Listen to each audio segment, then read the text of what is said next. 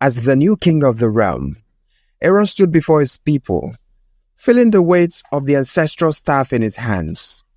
It was not just a symbol of power. It was a testament to the will of the ancestors, a sign that he was indeed chosen to lead.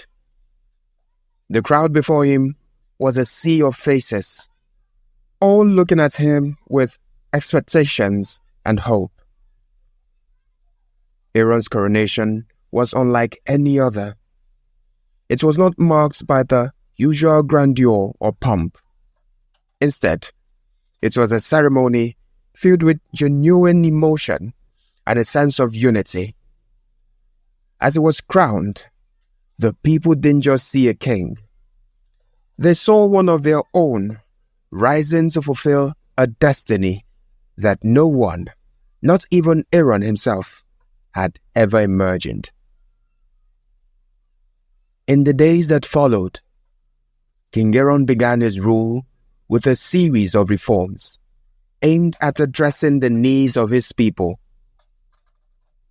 He remembered his days as a commoner, and it was this memory that guided his decisions. He knew the hardships of the ordinary folk, and he made it his mission to ease their burden. One of his first acts was to establish a council of commoners, giving them a voice in the royal court. This council would advise him on matters affecting the daily lives of his people. It was a revolutionary step, one that bridged the gap between the monarchy and its subjects. Aeron focused on improving the kingdom's infrastructure.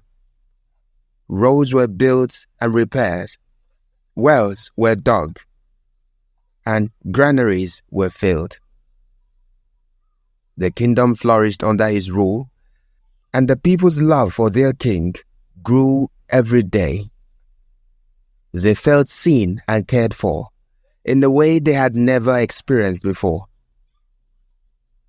Meanwhile, Princess Anne took on a new role within the kingdom. No longer bound by the constraints of her previous ambitions, she dedicated herself to charitable works. She helped establish centers where the sick could receive care and where the children would learn. Her efforts, though far from the limelight, did not go unnoticed. During a significant event early in Aeron's reign, a miraculous occurrence unfolded.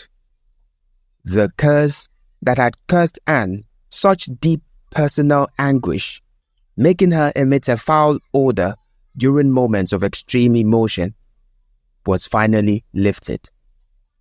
The liberation came not through marriage as it was foretold by ancient prophecy, but through a ritual performed by the kingdom's wise women, who harnessed the power of the same staff that had confirmed Aeron's right to rule.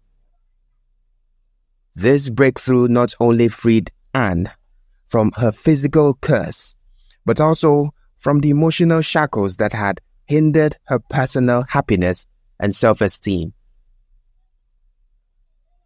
As time passed, the kingdom not only prospered, but also became a beacon of hope to neighboring lands. Other monarchs looked to Aeron's leadership as a model. His approach was not about asserting dominance, but about fostering cooperation and peace. The relationship between Aeron and Anne, though not romantic, evolved into a deep friendship.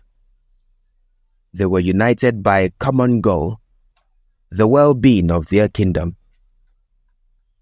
Anne supported Aeron's reforms wholeheartedly, and in turn, Aeron supported her charitable initiatives. However, peace and prosperity did not mean that challenges were absent. There were times when the kingdom faced threats, both from within and without. But King Aeron's leadership was steadfast. he dealt with each challenge with wisdom and a deep sense of justice. During one notable incident, a neighboring kingdom threatened war over a disputed territory.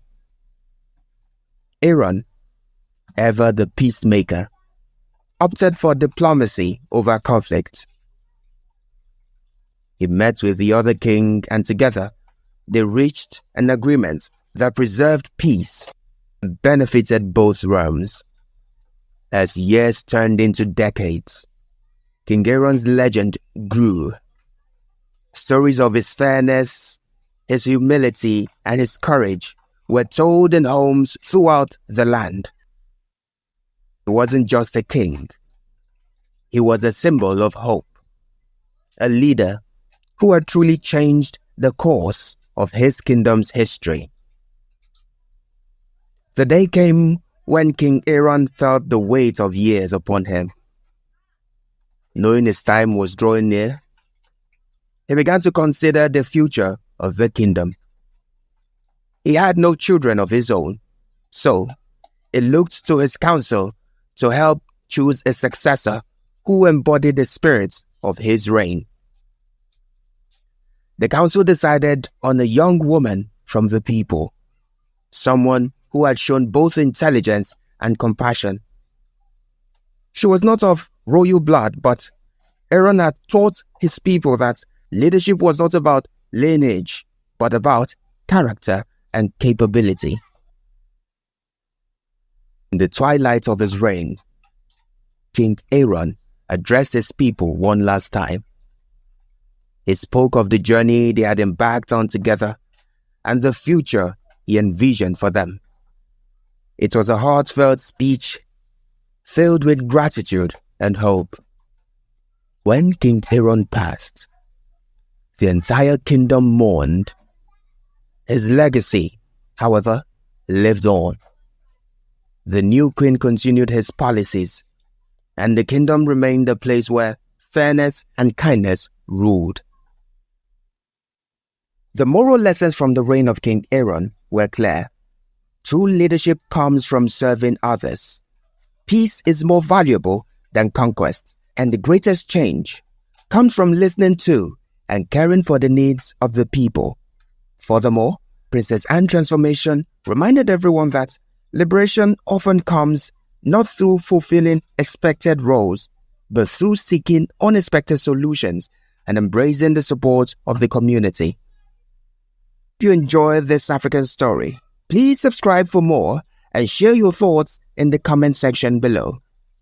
Bye for now.